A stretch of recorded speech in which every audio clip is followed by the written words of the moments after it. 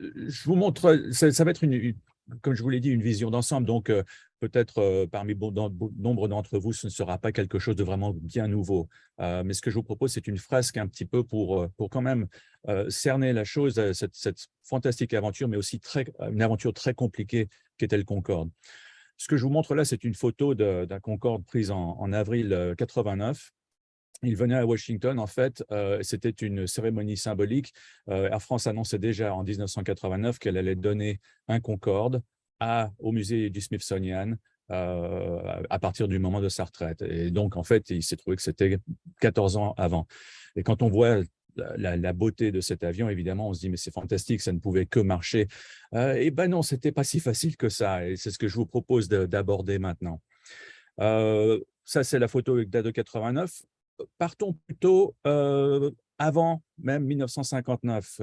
Quelle est l'idée de Concorde? Quelle est la logique?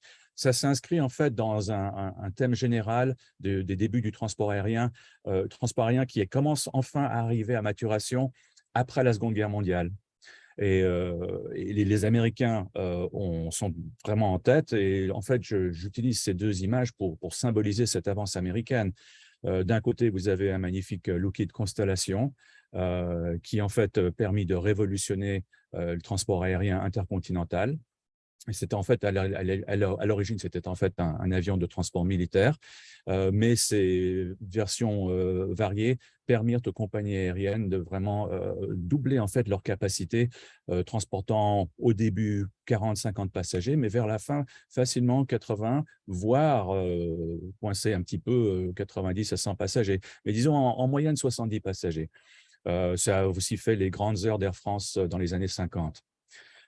Mais vers la fin des années 50, l'avion à droite que vous reconnaissez sans doute, c'est un Boeing 707, permet non seulement de doubler la capacité en passagers, passant en moyenne à 140, 150 passagers, mais aussi la vitesse.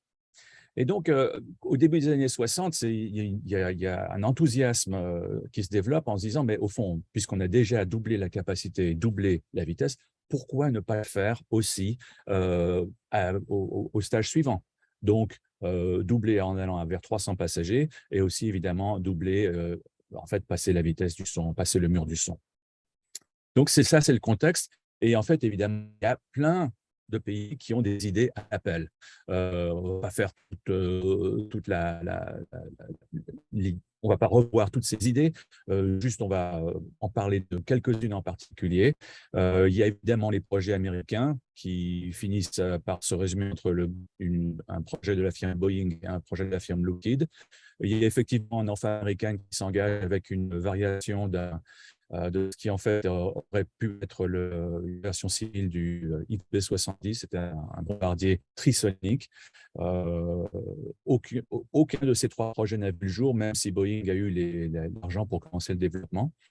Et puis, évidemment, nous avons du côté français et anglais deux projets, mais bien plus petits. D'un côté, côté anglais, le Bristol 223, que vous voyez ici à gauche, et aussi un format en 3 vues ici.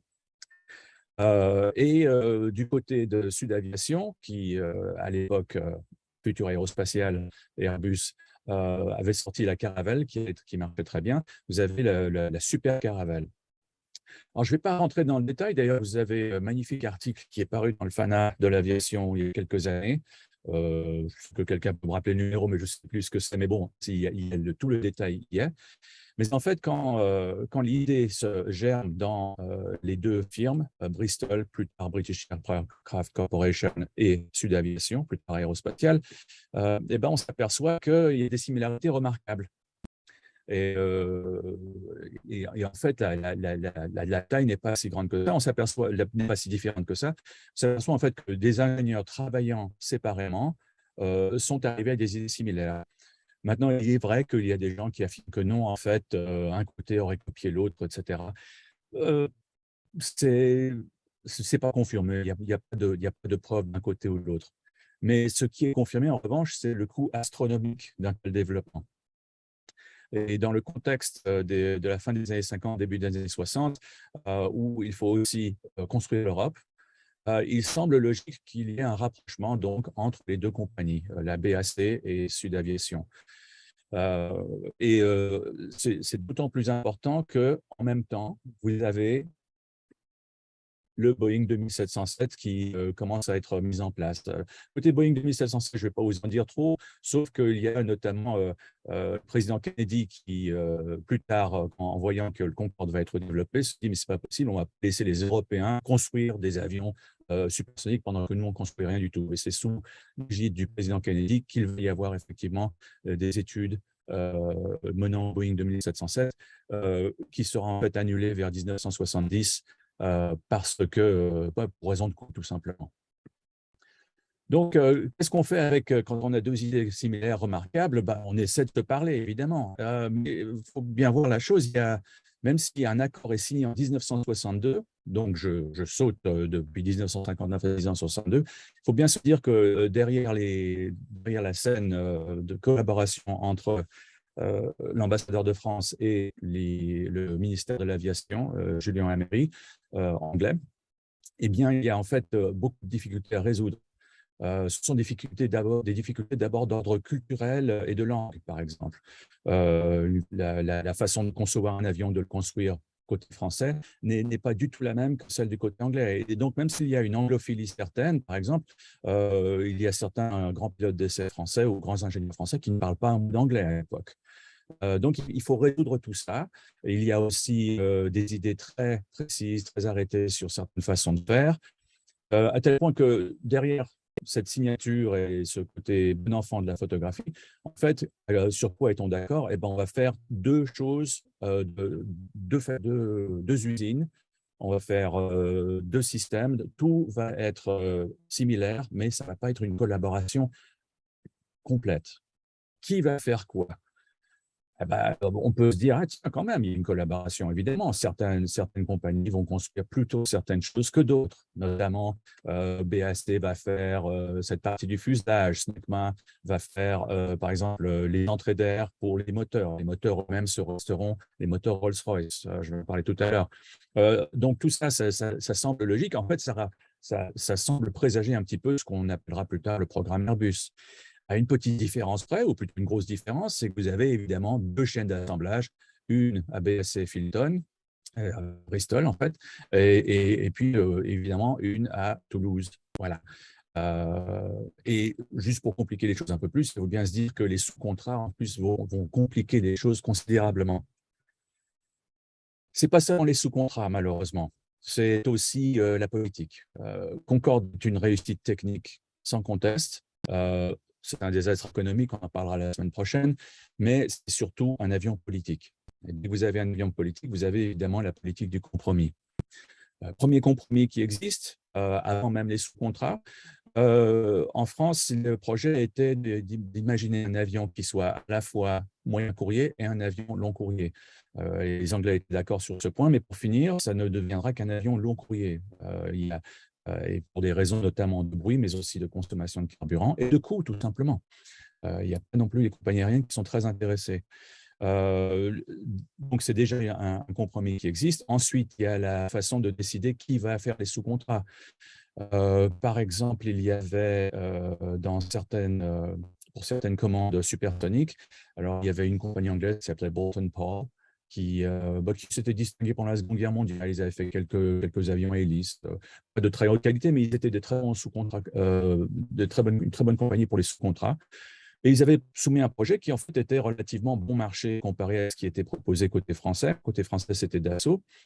Et les Français, évidemment, insistèrent pour que Dassault le fasse. Et les Français n'avaient pas entièrement tort, d'ailleurs, figurez-vous, parce que Dassault, par exemple, pouvait dire, oui, mais nous, on a l'expérience de faire des commandes électriques. On sait très bien les faire, puisqu'on fait déjà tout plein de supersoniques, Mirage 3, Mirage 4. Mais pour finir, c'est quand même le côté anglais qui a primé. Mais tout ça, ça a duré presque 1 an. Donc, ça vous donne une idée aussi qu'il n'y a pas seulement les difficultés techniques de développement, mais c'est aussi la façon de trouver un terrain d'entente commun. Pour l'anecdote, il y a aussi évidemment des côtés culturels un peu rigolos. Par exemple, en Angleterre, une fois que vous êtes présenté, en général, à moins que ce soit chez la reine ou, pardon, maintenant le roi, vous passez tout de suite au prénom. Et évidemment, en France, on passe plus facilement maintenant au prénom et au tutoiement qu'avant. Mais à l'époque, par exemple, il y avait notamment un Anglais qui était en train de négocier avec un Français. C'est quelque chose qui se trouve dans une des mémoires d'ingénieurs anglais et qui dit, bah, puisqu'on est d'accord enfin, après toutes ces tergiversations, appelle Honorine pour qu'elle puisse prendre des notes. Et le Français dit, mais qui c'est Honorine? Honorine, c'était en fait Honorine Dupont, c'était la secrétaire du Français, mais il n'avait jamais pensé à l'appeler par son prénom. Ça peut sembler complètement idiot comme anecdote, mais en fait, ça vous donne une idée des différences culturelles qui existent, qu'il va falloir travailler aussi sur ce point. En général, ça va donner de très bons résultats, comme on le sait, mais tout de même, ça va présage un peu les difficultés qui vont exister. Et notamment, les études vont reprendre. Il faut trouver une aile idéale. Est-ce que c'est un delta parfait? Est-ce que c'est une semi-ogive? Est-ce que c'est double delta, etc., etc. Toutes ces études, évidemment, prennent du temps, doivent passer en, en tunnel en soufflerie, pardon. Et de ce fait, évidemment, ça nous complique aussi les choses parce que ces résultats doivent être vérifiés outre-Manche aussi. Donc, dès que vous avez une étude d'ingénieur d'un côté, vous avez aussi les ingénieurs de l'autre côté qui doivent le confirmer. Ajoutez à cela le fait que les Anglais n'utilisent pas le système métrique. Il faudra quand même s'y habituer. Donc, tous ces petits détails permettent d'expliquer aussi la durée des essais, la durée des tests avant de pouvoir enfin se mettre d'accord sur certaines choses. Évidemment, quand je dis qu'on fait tout en deux fois, par exemple, le train d'atterrissage, non, le train d'atterrissage sera quand même fait uniquement par Messier Bugatti en France. Mais évidemment, l'assemblage et la livraison de ces pièces pour les Concorde construits en Angleterre sera fait directement là-bas. Et évidemment, pour être sûr que tout marche bien, on fait les fameuses maquettes en bois. Maquettes en bois, c'est quelque chose qui est complètement passé maintenant, parce que maintenant, on a le système CATIC, design par ordinateur, mais les maquettes en bois, en fait, étaient très importantes jusque dans les années 80. C'est ce qui permettait en fait de construire un avion entièrement, de suivre les plans des ingénieurs, de mettre la tuyauterie en place, par exemple, ou l'électrique, et de s'apercevoir brusquement, tiens, ce tuyau, il sort du fuselage, ça ne va pas du tout. Donc, il faudra revoir notre copie. C'est le genre de choses qu'ils mettent en place. Et vous avez en fait plusieurs maquettes en bois qui vont être construites, non seulement pour les ingénieurs, mais aussi, par exemple, pour l'ergonomie des passagers, comme vous le voyez là. En fait, une des premières grandes maquettes en bois, plus tard, sera exposée au Salon du Bourget en 1967.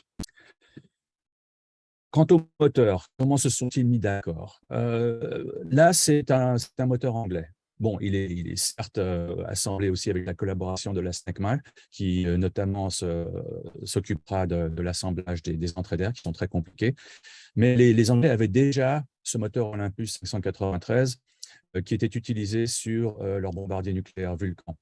En fait, c'était une variation de celui-là qu'ils allaient mettre en place. Et on s'est aperçu qu'en fait, si même Attar s'y était attelé, cela aurait mis au moins 5 ans, voire plus, à être mis en place. Donc, autant prendre quelque chose qui était déjà prouvé, qui fonctionnait déjà très bien.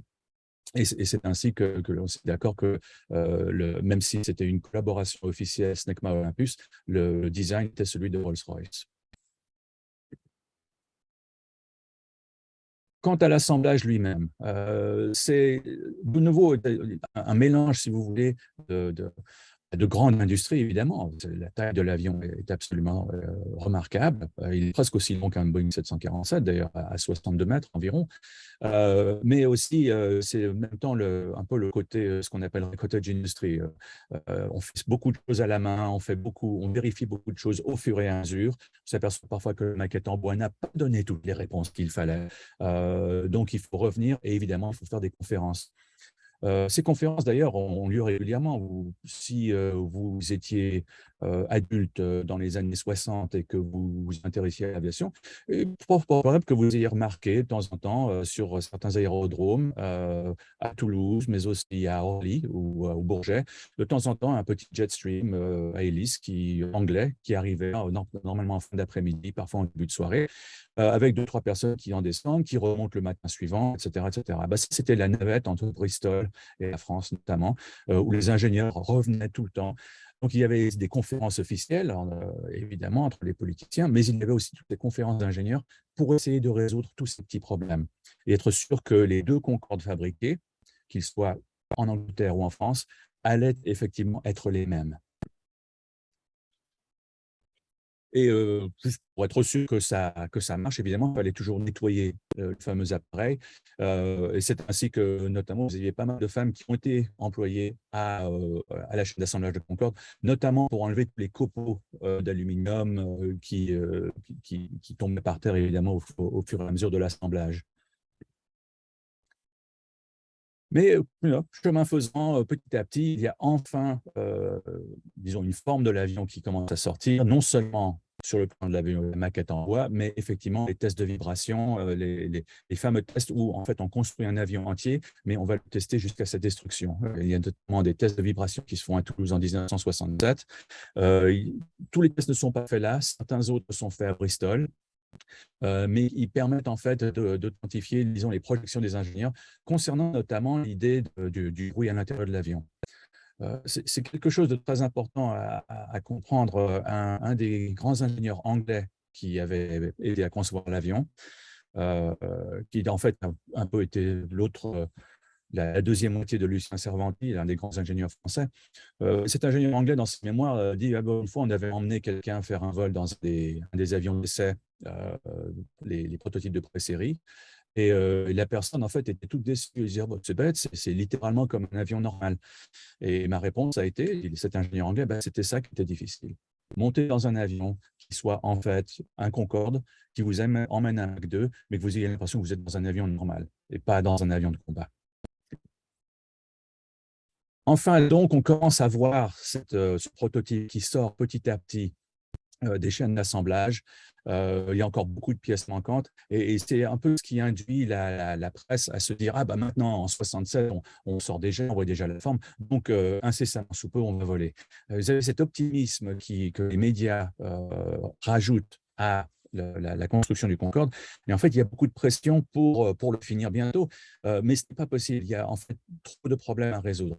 C'est ça, cette idée de pouvoir passer simplement de l'hélice à la réaction fin des années 50 et ensuite de passer à la réaction supersonique fin des années 60, en fait, c'était bien plus difficile qu'on ne le concevait.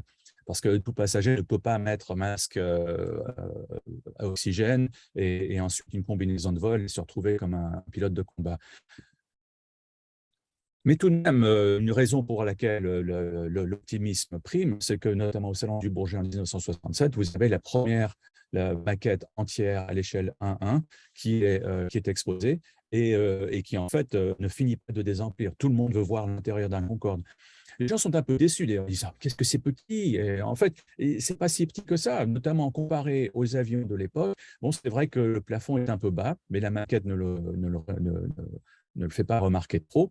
Mais en fait, sur le plan de la taille du fuselage, c'est vrai que c'est un petit peu plus serré qu'une Caravelle ou qu'un 707 de l'époque, mais il faut bien dire que c'est encore 2 ans avant la sortie du Boeing 747, qui évidemment est le gros porteur avec 2 couloirs. Donc, les gens ne remarquent pas ça trop, mais ils se posent un peu la question, pourquoi est-ce que le pointu il est tellement serré? C'est tout simple, il y a les questions de soufflerie qui révèlent que si on fait quelque chose de trop gros, on va avoir des problèmes notamment chauffage, d'échauffement, pas de chauffage, d'échauffement du fuselage. Et enfin, ça y est, le 28 janvier 1968, le premier rollout, la première sortie du prototype pour Toulouse, le Concorde 001, le prototype, celui qui se trouve maintenant au musée du Bourget. Il y avait aussi la présentation, notamment, je me dis 67, c'était la présentation, mais il y avait le roll-up qui était séparément. Remarquez déjà cette impression d'optimisme. Toutes ces compagnies aériennes qui sont venues, qui ont envoyé des représentants, notamment avec des hôtesses qui ont des uniformes absolument fabuleux pour l'époque. Donc, il y a effectivement pas mal d'options. Et c'est cette impression qu'on a qu'en fait, effectivement, il y aura 2 sortes de transports. Il y a le transport supersonique et le transport gros porteur. Et cette période d'optimisme, on la remarque notamment dans la façon dont les options sont présentées. Parce qu'en fait, ce ne sont pas des commandes, ce sont toutes des options. Les options, c'est ce qui vous donne évidemment un petit peu d'argent à la compagnie de production des avions, donc en l'occurrence aérospatiale ou BAC. Ça vous permet de réserver la place, si vous voulez. Et ensuite, une fois que vous l'achetez, évidemment, cet argent est utilisé pour ça. C'est tout ce que vous obtenez. Cependant, on présente ça presque comme des commandes, parce qu'en général, c'est ce qui se faisait. Et vu les compagnies qui sont en train de le commander, c'est assez remarquable, parce que vous avez évidemment Air France et BOAC, Future British Airways, mais vous avez aussi des compagnies assez intéressantes. La Pan Am, d'accord, et la Transworld, qui sont toutes deux des compagnies américaines qui font du transport transatlantique. Vous avez aussi des compagnies qui s'occupent presque exclusivement du transport terrestre, notamment Continental aux États-Unis. Alors, Continental Airlines, American Airlines, Eastern sont toutes des compagnies qui ont certaines lignes internationales, mais sinon s'occupent en principe surtout du trafic intérieur, à une époque où l'aviation est soumise à une régulation très stricte. C'est remarquable que ces compagnies aient passé commande. Vous voyez même Eastern qui commence à recruter des pilotes en mettant un Concorde dessiné à ses couleurs. La réalité, c'est que dès 1964, le Federal Aviation Administration, le FAA américain, qui est un peu l'équivalent de la DGAC française, eh bien, est déjà averti que, bon, supersonique, d'accord, mais ça ne va pas être possible de le faire au-dessus du terrain. Il va y avoir des problèmes. Pourquoi? Parce qu'en 64, déjà, le FAA a mesuré en fait le bruit supersonique en faisant passer notamment des avions de combat au-dessus du Kansas. Et disons que ça ne s'est pas très bien passé. Les usagers se sont plaints, beaucoup. Donc, on se dit, on passe cette commande, c'est à tout hasard, c'est pour se protéger, c'est si jamais l'autre compagnie commandait, qu'on puisse quand même faire concurrence. Mais autrement, ce ne sera jamais en fait des commandes fermes. Et les commandes fermes ne viendront que beaucoup plus tard de la part de la France et de BOAC. Mais c'est tout de même comme ça qu'on présente cet optimisme. Vous voyez notamment Pan American qui dit on aura le Concorde et on aura aussi le Super Boeing 1707. Cette période d'optimisme est aussi accompagnée au niveau de la culture populaire par beaucoup de fascination, notamment pour les enfants. Vous avez des puzzles Concorde, vous avez des maquettes déjà qui commencent à sortir. Vous avez des encarts dans les journaux pour enfants, le journal de Mickey, aussi dans un journal anglais. Tout ça permet de se dire que oui, effectivement, il va y avoir un soutien aussi populaire pour cette machine magnifique. Évidemment, puisqu'il y a quand même un avion franco-britannique, le côté franco, ils essaient aussi de faire un petit côté mode fin des années 60. Je ne sais pas trop ce que ça a donné, mais bon, avouez que c'est quand même rigolo. Et le problème, c'est qu'avec tous ces tests dont je vous ai parlé, vous avez en fait une période de retard absolument énorme. Notamment ce premier vol prévu pour le 28 février 1968, en fait, n'aura pas lieu pendant encore une année. Il y a beaucoup de petits détails à résoudre. C'est notamment non seulement sur le plan de l'ingénierie, mais sur le plan du pilotage. Être sûr qu'en fait, l'avion réponde de la façon dont les ingénieurs ont promis. Et c'est là que toute l'équipe d'essais en vol, notamment André Turca, évidemment, le premier pilote côté français, mais Brian Propshaw, côté anglais, se concertent beaucoup. D'ailleurs, ils deviendront des amis de très longue date, mais c'est en travaillant d'arrache-pied que les pilotes aussi peuvent dire ça va marcher, ça ne va pas marcher. Et l'expérience que ces deux grands pilotes ont accumulée, Turca notamment sur le Griffon, Propshaw sur d'autres avions à réaction, c'est ce qui permet en fait d'éviter certaines erreurs. Chaque fois qu'on parle, chaque fois qu'on fait une réunion, qu'on fait son petit rapport et qu'on passe ça à la direction, eh ben, ça vous en rajoute des jours en plus. Donc, malheureusement, Concorde est en retard, ce qui permet à la grande surprise aux Soviétiques de damer le pion aux Franco-Anglais. Le 31 décembre 1968, André Tupolev, grand concepteur d'avions soviétique, assiste au décollage de son petit dernier, le Tupolev 144. Tupolev 144 qui en fait est un avion, il faut bien le dire, c'est un prototype d'abord, le 68001 que vous voyez ici, qui en fait va demander plusieurs années encore de développement avant de pouvoir rentrer en service vers la fin des années 70. Et ce n'est pas cet avion-là, mais un autre qui effectivement aura un accident au Salon du Bourget en 1973. Enfin, toujours est-il, l'idée de voler comme ça en avance, c'est ce qui permet évidemment de dire aux Soviétiques, pardon, de dire nous sommes les premiers, nous avons réussi, même si en fait, après, il va y avoir en fait beaucoup de travail à faire. Sur le plan de la conception, beaucoup de gens disent ah, mais il ressemble vraiment au Concorde, c'est pour ça que la presse l'appellera souvent Concorde Ski, disons le dérivatif russe. Y a-t-il eu de l'espionnage? Oui, probablement, mais on ne sait pas à ce jour en fait combien d'espionnage il y a eu. C'est-à-dire qu'effectivement, il y avait certaines conceptions, on sait, qui ont été passées au KGB. Le KGB a réussi à les trouver. Mais il y en a d'autres, en fait, on se demande quel genre de plans ont été donnés. Notamment, un ingénieur anglais, en voyant notamment les 4 moteurs ensemble sous le fuselage, tout de suite s'était dit, c'est pas possible, on va avoir des problèmes de vibration absolument incroyables. Chose que nous avons déjà déterminée sur le Concorde, on ne pouvait pas faire. Et c'est pour ça que Concorde, les 4 tuyères, en fait, sont séparées, 2 moteurs de chaque côté sous les ailes. C'est en fait une conception que les Soviétiques vont devoir revoir et mettre en place pour les avions de production. Donc, on sait qu'en fait, Concorde avait la bonne solution, au sens où, mais ça a pris beaucoup plus de temps. Il n'empêche que le 2 mars 1969, le premier Concorde volera. Je n'ai pas de photos à vous montrer, mais vous les connaissez toutes. En fait, c'est une des rares occasions où Paris Match, au lieu de mettre une tête couronnée, met un avion sur la couverture. En ce 2 mars 1969. C'est une anecdote intéressante parce qu'il faisait enfin beau. Il fallait quand même du beau temps pour être sûr de pouvoir le piloter, surtout pour être sûr simplement que le concept marche. On n'avait même pas rentré le train d'atterrissage. Mais André Turca avait fait quelque chose de très bien. Il avait téléphoné à Brian Trubshaw en disant Brian, écoute, nous sommes prêts. Et Trubshaw, dans ses mémoires et aussi en plusieurs entretiens, dit j'ai dit à André qu'il faut y aller, hein. Il ne faut pas attendre. En somme, ce n'était pas une question de qui allait être le premier, c'était d'être le premier ensemble. Donc, vous avez cette collaboration magnifique entre les pilotes. Elle ne se traduit pas nécessairement au niveau de la consommation du Concorde. Consommation au sens de l'image, ce que le public voit. Le Concorde est international, c'est important. C'est une magnifique entreprise franco-britannique. On aurait pu espérer qu'il y en ait d'autres. Ça n'a pas toujours marché, comme vous le savez. Mais c'est toujours aussi patriotique. Dès qu'il y a un Concorde et qu'on peut, par exemple, mettre une tête couronnée, comme Sa Majesté Elisabeth II, on le fait aussi. De même chose du côté français. Dès novembre 69, un certain ministre des Finances, pardon, mon ministre des Finances vole sur Concorde, plus tard président Giscard d'Estaing, qui d'ailleurs aura beaucoup, on en parlera plus tard, pour essayer de faire vendre Concorde. Pompidou l'utilisera même aussi pour le prototype d'ailleurs pour aller rencontrer Richard Nixon en 1971.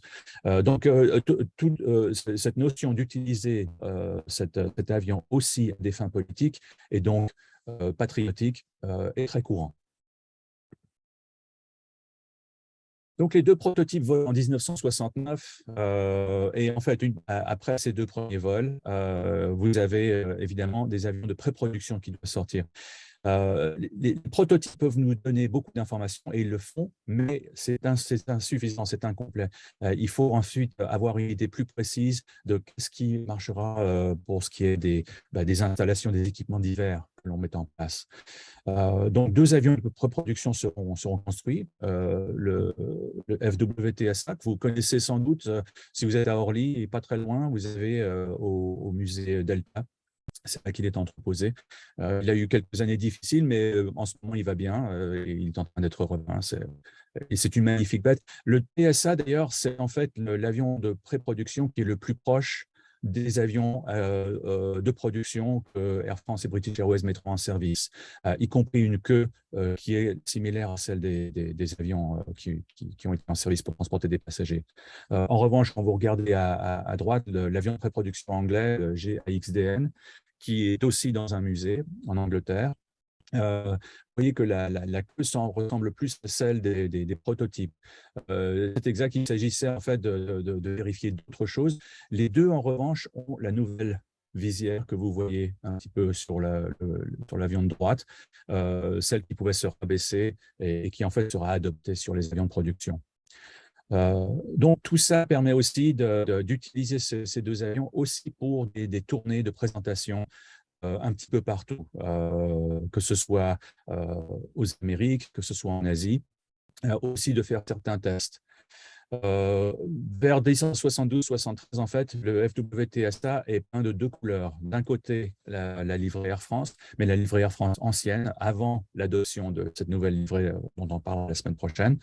Et de l'autre côté, la livrée anglaise, pour bien signifier qu'il s'agit d'un avion franco-britannique. C'est sous cette livrée d'ailleurs qu'il va faire les essais de froid en Alaska, les essais de chaleur évidemment sous les tropiques, etc. Et c'est ce qui permet en fait de valider la bonne formule et de commencer les lignes d'assemblage. Et évidemment, comme le veut l'accord franco-anglais, il y a deux lignes d'assemblage. Cette ligne d'assemblage, la photo est prise vers 73-74. Ça fait donc plus de 10 ans que l'accord a été signé et que l'accord a été confirmé. À ce sujet, je tiens à signaler une chose. En 1964, le gouvernement anglais, voyant en fait les coûts du supersonique devenir absolument faramineux, d'ailleurs le gouvernement français le savait aussi, on pensait en fait invoquer la clause d'annulation qui a été insérée dans le contrat. Mais la clause d'annulation en fait dit si vous annulez, c'est vous qui payez tout. Donc l'annulateur doit payer l'autre partie. Et ce qui est intéressant, c'est que c'était le gouvernement anglais qui avait insisté pour mettre cette clause en place, ne faisant pas confiance, pour certains diplomates, aux Français. En fait, c'est les Français qui vont devoir dire aux Anglais, vous voulez annuler, d'accord, mais regardez combien ça va coûter. Et donc, tant bien que mal, en fait, vous arrivez à cette solution franco-anglaise. En fait, ils ont bien travaillé malgré tous ces différends. Et on peut dire que tous ces tours du monde, en fait, ont de la valeur. Vous voyez, le TSA, avec notamment de petits signets britanniques, même si c'est la livrée Air France de ce côté-là, et puis les logos des compagnies qui l'ont commandé. Tout le monde, évidemment, veut voir le cockpit, et le cockpit, évidemment, a aussi quelque chose d'un peu fascinant. La chose que les témoins affirment les surprend le plus, évidemment, vous pouvez le voir quand vous allez dans un musée, c'est évidemment l'étroitesse du cockpit, mais surtout, par exemple, les manches à balai qui sont uniques, qui sont un peu différents de ce dont on a l'habitude dans un manche à balai d'avion commercial. C'est ce qui permet aussi de montrer d'ailleurs combien cet avion est sophistiqué, même si de nos jours, évidemment, on n'aurait pas tous ces cadrans analogues. C'est quelque chose qui permet de vendre. Concorde est un petit peu assimilé d'ailleurs au programme spatial, si vous voulez. Et c'est quelque chose qui marche très bien parce qu'en fait, dans les années 70, le programme spatial américain pour la Lune se termine fin 1972, mais il y a encore notamment la station Skylab en 73, 74, 75. Et donc, c'est ainsi que l'on continue d'essayer de vendre Concorde. Enfin, on peut voir l'intérieur de l'avion, qui effectivement est très étroit. Des gens sont parfois un petit peu déçus en voyant l'intérieur, en disant quoi, il n'y a que ça. Et en fait, ça, comme on le verra la semaine prochaine, c'est ce qui permet d'ailleurs de dire pour la compagnie aérienne, pardon, de se décider, on va faire un nouveau design, on va faire quelque chose de complètement nouveau quand il s'agit de Concorde. Parce qu'on ne peut pas simplement montrer quelque chose qui ressemble à l'intérieur d'une vieille caravelle. Et quand on voit où on en est dans la situation en 73-74, il y a un gros problème déjà. En 73, vous avez le premier choc pétrolier qui fait que vous avez le coût du carburant qui, dans certains cas, décuple. Et à ce point-là, il est absolument impossible en fait, de pouvoir exploiter Concorde de façon efficace.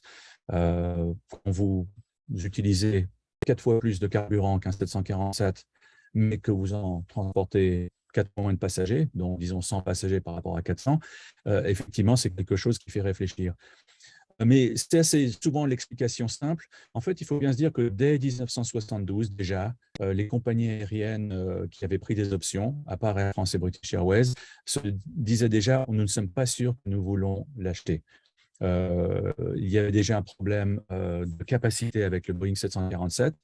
Il était presque trop grand pour beaucoup de compagnies aériennes. Et en fait, il y avait déjà des signes que le transport aérien commençait à s'essouffler.